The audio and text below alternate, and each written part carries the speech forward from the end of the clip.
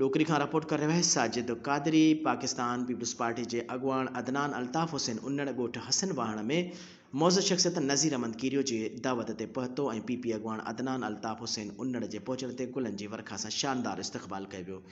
वाहण के मौज़ शख्सियत नज़ीर अहमद कीरियो पारां आजियाणो ॾींदे चयो त असां अदनान अल्ताफ़ हुसैन उन्नड़ के अचण ते दिल की गहराइनि सां भलीकार चऊं था।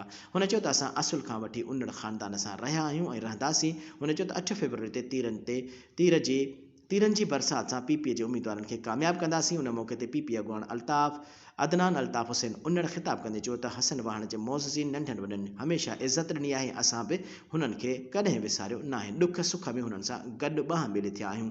हर तरक़ियाती कम के हवाले से जेकी कम हूंदा कंदासीं। हुन अवाम के अपील कई त 8 फरवरी ते हेठि मथे तीर के निशान के टपो हणी उम्मीदवारन के कामयाब कंदा। उन मौके ते रईस मुज़फ़र खान चांडियो, रजब खान बुघियो, इम्तियाज़ अली बुघियो, आगा खान जलपाणी, ज़ीशान अली मेमुन, निसार अली जिसकाणी जन भी शिरकत कई।